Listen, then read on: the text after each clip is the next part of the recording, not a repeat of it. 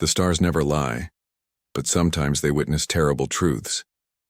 In the cold, silent darkness between solar systems, humanity learned that some creatures in the universe measure strength only by the power to destroy.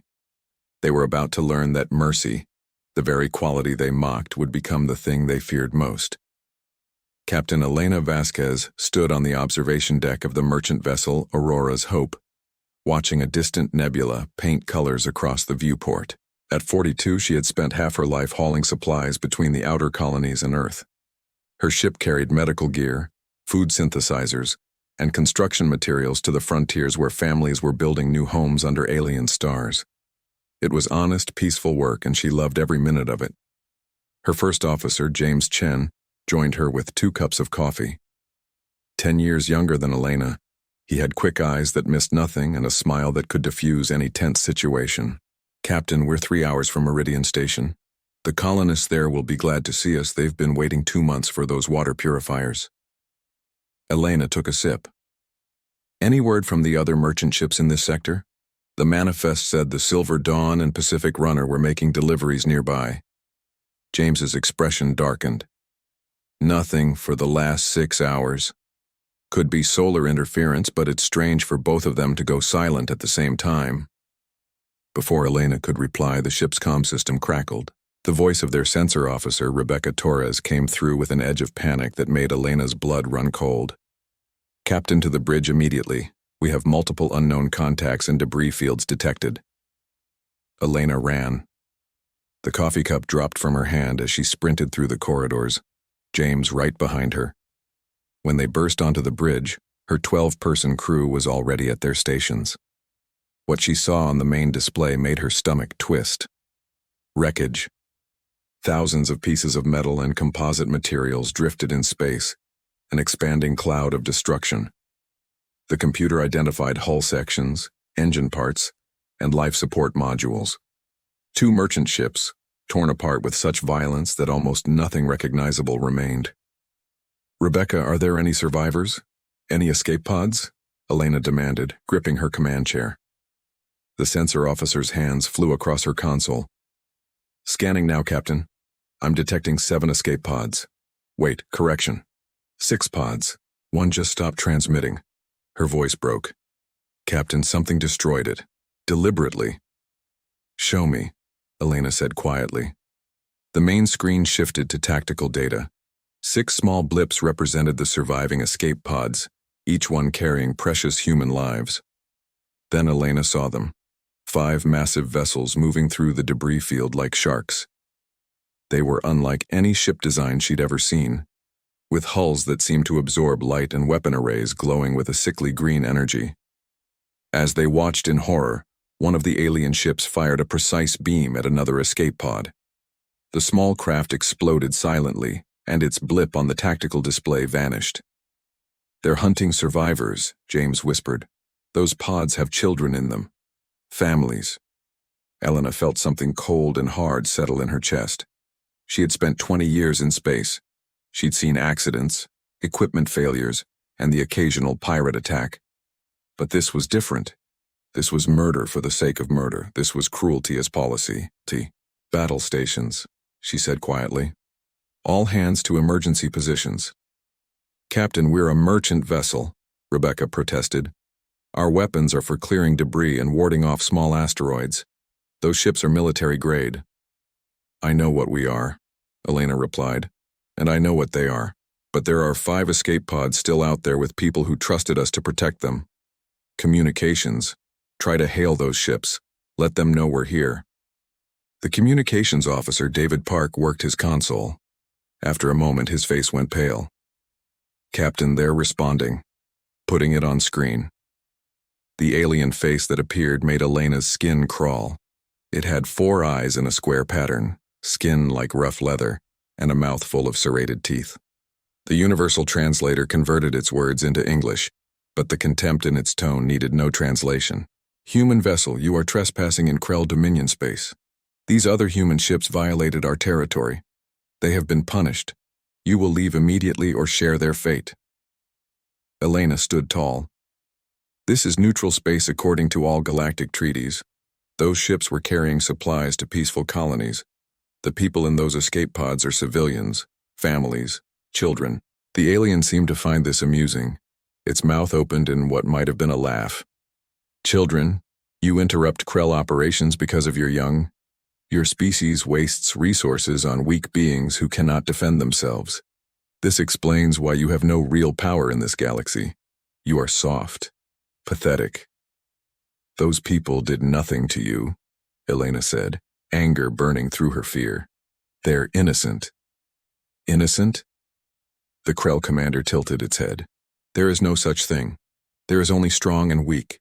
The strong take what they want. The weak serve or die. This is natural law. This is how power works. Your sentiment for defenseless beings is why humans will never be respected. You care more for children than for strength. It makes you contemptible. Elena looked at the tactical display. The alien ships were moving closer to the remaining escape pods. In minutes, those families would be dead. Her ship had no real weapons, no shields that could withstand military-grade fire, and a crew trained for commerce, not combat. But she had something else. She had a voice that could reach across the galaxy. She had a message that needed to be heard. James, divert all power from the engines to the communications array. Maximum amplification on all frequencies. I want this broadcast to reach every human ship, station, and planet within 20 light years. Captain, if we do that, we won't be able to run, James said quietly. I know. Do it anyway. James nodded and began working his console. Elena turned back to the alien commander. You think caring about innocent lives makes us weak. You think mercy is pathetic. Let me tell you what mercy really is. The alien's 4 eyes focused on her. Your words mean nothing, human. Mercy is not weakness, Elena continued, her voice steady and clear.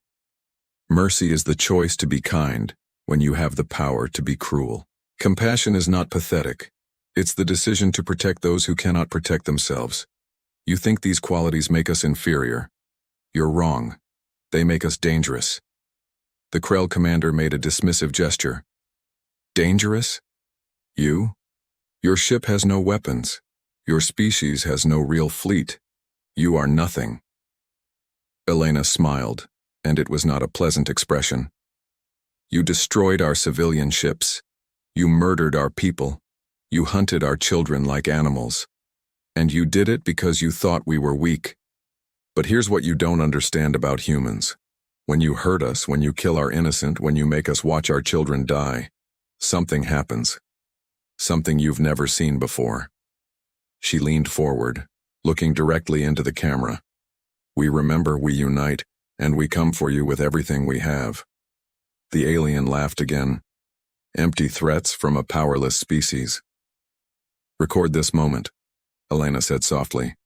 Record it well. Because when human warships arrive, when our fleet comes to collect justice for what you did today, I want you to remember that you were warned. I want you to remember that a merchant captain told you exactly what was coming. I want you to remember that you laughed. The transmission ended as the Krell ships opened fire. The message reached Earth Command 3 days after the Aurora's Hope went silent.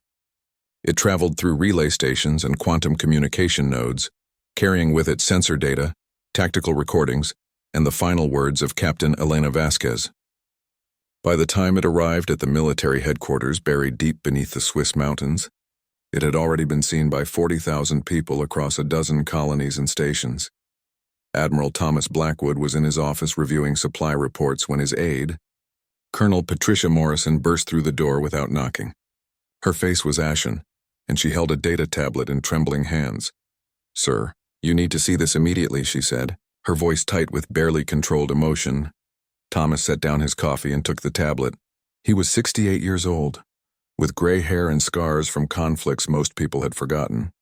He had commanded fleets during the border wars, fought pirates in the Outer Rim, and negotiated peace treaties with 3 different alien species. He thought he had seen everything the galaxy could throw at humanity. He was wrong. The video played on the tablet screen. Thomas watched as Captain Vasquez stood on her bridge, surrounded by her crew, knowing she was about to die. He watched as the Krell commander laughed at human compassion, mocked human mercy, and called the protection of children a weakness. He watched as Elena delivered her warning with calm certainty, promising that humanity would remember and would come. Then he watched the Aurora's hope explode. The tactical data showed everything. 5 escape pods destroyed deliberately, 12 crew members dead, 147 civilians killed across 3 merchant ships. Men, women, children, all murdered for the crime of existing in space the Krell claimed as their own. Thomas set the tablet down with careful precision. His hands did not shake, but Colonel Morrison could see the muscles in his jaw working as he ground his teeth together. "How many people have seen this?" he asked quietly. 40,000 and counting, sir. It's spreading across the colonies faster than we can track it. Every merchant captain, every colonist, every family with loved ones in space has either seen it or heard about it. They're demanding action." Thomas stood and walked to his window. Below, he could see the training grounds where young recruits practice combat maneuvers. Beyond that, hidden in reinforced bunkers and orbital stations, lay humanity's true military might. Ships that most civilians never saw. Weapons that most people didn't know existed. A fleet built not for conquest, but for the day when humanity would need to defend itself against a galaxy that didn't value peace. That day had arrived. "Morrison, I want every ship captain, every admiral, every commander of every military installation to report to the war room in 1 hour. No exceptions. Cancel all leave. Recall every vessel within 3 weeks of Earth, and get me a direct line to the Civilian Council. Sir, if we mobilize the full fleet, the Krell will know we're coming. They'll prepare defenses, possibly attack our colonies preemptively." Thomas turned to face her. "Good, let them prepare. Let them see what's coming. Captain Vasquez promised them that humanity would remember and would respond. I intend to keep her promise." 1 hour later, the war room was filled with the highest-ranking military officers in human space. The chamber was a massive circular room with holographic displays floating above a central table. Each officer's face appeared both in person and in hologram for those calling in from distant stations. Thomas stood at the head of the table and activated the central display. The video of Elena's final message played for everyone to see. He let it run without interruption, watching the faces of his officers as they witnessed the murder of innocents and heard the Krell's contempt for human values. When the video ended, silence filled the room like a physical presence. "They killed our civilians," Thomas said, his voice carrying to every corner of the chamber. "They hunted our children. They laughed at our compassion and called our mercy weakness. They believe we are soft because we care about innocent lives. They think we are powerless because we value kindness over cruelty." He paused, looking at each officer in turn. They're about to learn that they made a catastrophic mistake. Captain Vasquez told them we would remember.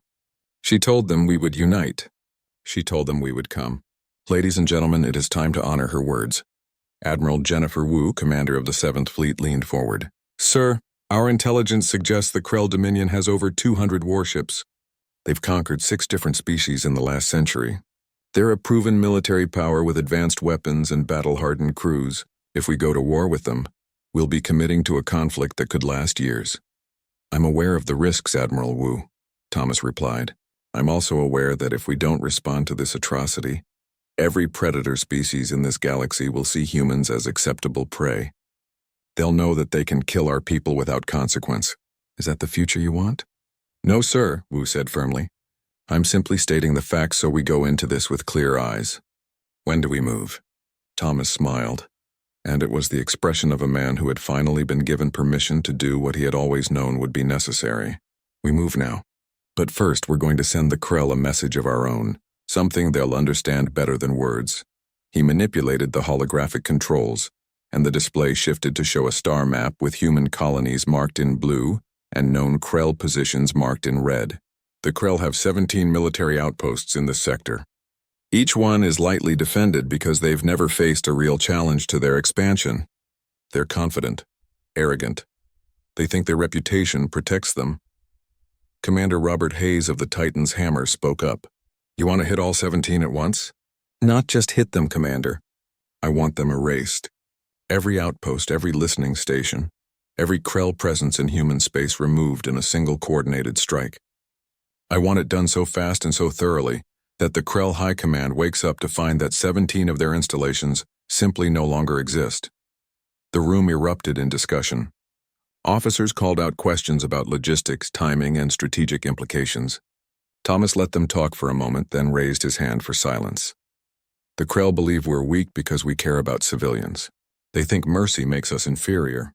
But here's what they don't understand about human military doctrine. We don't build warships to conquer. We build them to protect. And when protection fails, when our people are murdered, when our children are hunted like animals, we don't just get angry. We become inevitable. He zoomed in on the first Krell outpost. Each strike team will have 48 hours to prepare. You'll hit your target simultaneously at 0600 Zulu time, 72 hours from now. No warnings, no negotiations, no mercy. Show them exactly what humans are capable of when they make us remember why we built these ships in the first place. Admiral Wu stood. And after we eliminate the outposts? The Krell will retaliate. They'll send their main fleet, Thomas nodded. Yes, they will. And that's when they'll discover what Captain Vasquez tried to warn them about. That's when they'll learn that human warships don't retreat when our people are threatened. That's when they'll understand that the compassion they mocked is exactly what makes us so dangerous. Because we don't fight for territory or resources or glory. We fight for the families they murdered. We fight for the children they hunted. We fight because they made us watch our people die and thought we would do nothing. He looked around the room at the faces of men and women who had dedicated their lives to protecting humanity. The Krell laughed at our mercy. They thought our kindness was weakness. In 72 hours, we're going to teach them the most important lesson they'll ever learn. That there is nothing more dangerous in this universe than a species that fights not for conquest, but for protection. That there is nothing more terrifying than people who care so much about innocent lives that they will burn down empires to keep them safe. Commander Hayes smiled grimly. When they see what's coming, they're going to wish they'd listened to Captain Vasquez. Yes, Thomas agreed. They're going to wish that very much. Now let's get to work. We have a promise to keep and a warning to deliver. Dismissed. As the officers filed out to prepare their ships and crews, Thomas remained behind, looking at the star map. Somewhere out there, the Krell were celebrating their victory over weak, pathetic humans. They were laughing about how easily merchant ships died, how helplessly civilians fled, how powerless humanity was to stop them. They had no idea what was coming. Thomas thought about Captain Elena Vasquez standing on her bridge, knowing death was seconds away, using her final moments to send a warning across the galaxy. She had promised the Krell that humanity would remember, would unite, would come for justice. He intended to make certain that promise was kept in full measure. The countdown had begun. In 72 hours, the Krell Dominion would learn that some species should never be provoked. That some warnings should always be heeded. That mercy, when rejected, could transform into something far more dangerous than simple cruelty. They would learn what it meant to face humans who were done being kind. 72 hours felt like both an eternity and a heartbeat. Across human space, ships emerged from hidden berths and secret construction yards that most civilians never knew existed. Crews that had trained for years in quiet preparation now moved with purpose born of righteous anger. Every sailor, every pilot, every Marine had watched Captain Vasquez's final message. They had seen the Krell laugh at human compassion. They had witnessed children being hunted in escape pods. Now they were ready to respond. Commander Rachel Foster stood on the bridge of the destroyer, relentless, watching her tactical display count down the final seconds. Her ship was one of 40 vessels assigned to eliminate Krell Outpost 7, a military installation that coordinated patrols across 24 star systems. Intelligence reported 300 Krell soldiers stationed there, along with automated defenses and a small fleet of patrol craft. Rachel was 34 years old, the daughter of colonists who had died when their transport suffered life support failure in deep space. She had joined the military not for glory or adventure, but because she understood that the universe was dangerous, and someone needed to stand between innocent people and that danger. She had always believed in rules of engagement, in proportional response, in giving enemies a chance to surrender. Today was different. Today she remembered a merchant captain who died protecting strangers. Today she thought about families who trusted that humanity would keep them safe. Today she understood why sometimes mercy meant being willing to fight without hesitation or restraint. All ships report ready, Commander, her tactical officer announced. Targeting solutions locked, weapons hot. Rachel looked at the chronometer. 5 seconds remained. She thought about her parents, About Captain Vasquez. About every innocent person who had died because predators thought humans were too soft to fight back. "Fire," she said quietly. The Relentless shuddered as its main railguns discharged. Across the fleet, 40 ships opened fire simultaneously. Missiles streaked through space, trailing fire. Energy beams carved through the darkness. Kinetic rounds moving at relativistic speeds struck with the force of small nuclear weapons. Krell Outpost 7 had stood for 20 years, a symbol of dominion power and territorial control. It ceased to exist in 47 seconds. Rachel watched the tactical display as the outpost's signature vanished, replaced by an expanding debris field. No ships escaped. No distress signals went out. The installation simply stopped being, erased as thoroughly as the Krell had tried to erase human merchant vessels. "Target eliminated," her tactical officer reported. "0 enemy survivors detected." Rachel nodded slowly. She felt no joy, no satisfaction, only a grim sense of duty fulfilled. "Send confirmation to Admiral Blackwood." Mission complete. Standing by for Phase 2.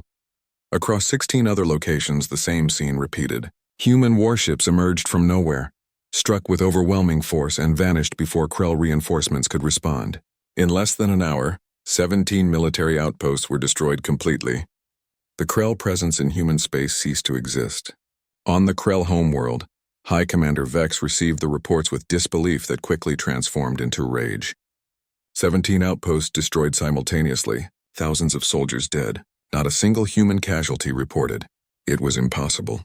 The humans were merchants and explorers. They built colonies and traded goods. They had no real military power. Except they did. And Vex had never bothered to look. "Mobilize the battle fleets," Vex commanded. "Every ship, every soldier. We will crush this human infestation once and for all. They dare to attack the Krell Dominion.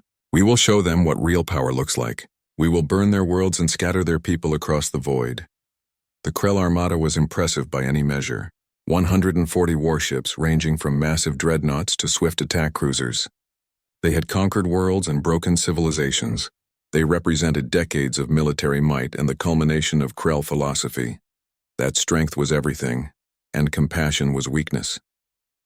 They set course for human space confident in their victory. After all, they outnumbered the human fleet. Their weapons were proven in countless battles. Their soldiers were trained from birth to fight. What could soft, compassionate humans possibly do against such power?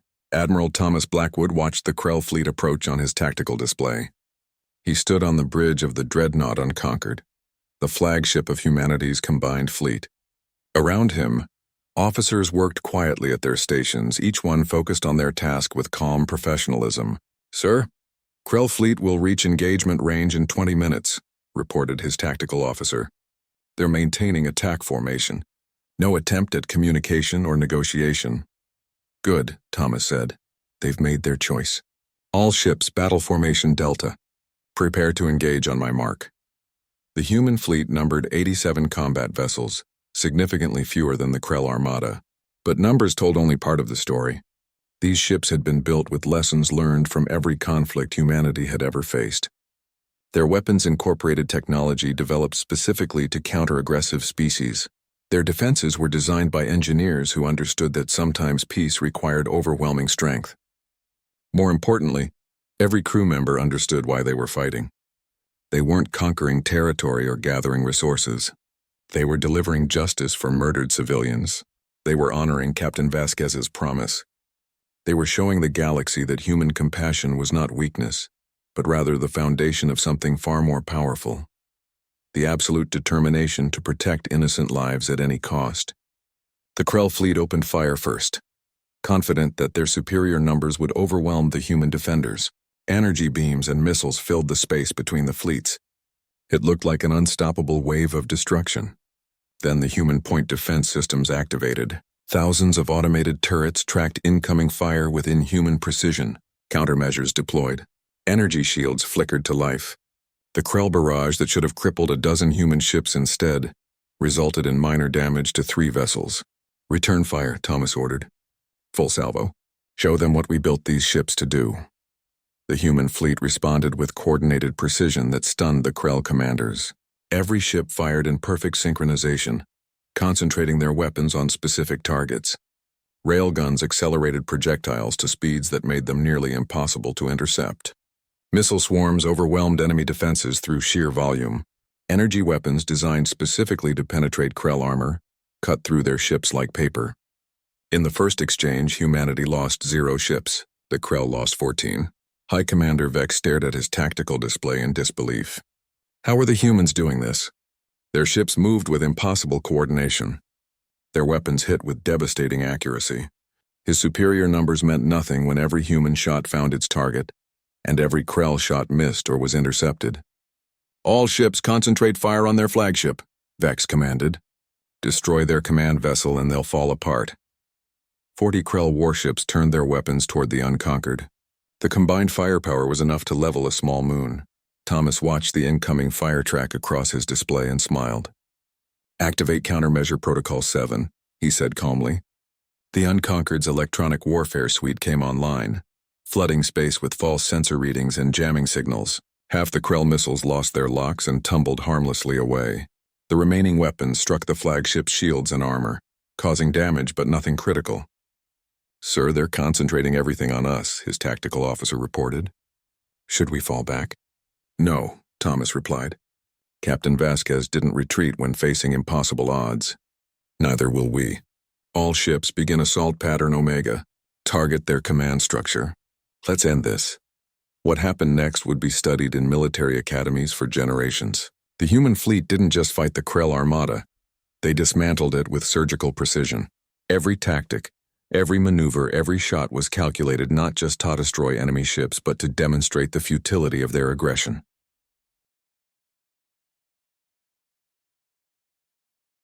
Krell dreadnoughts that had shattered planetary defenses found themselves unable to land a single hit on human destroyers.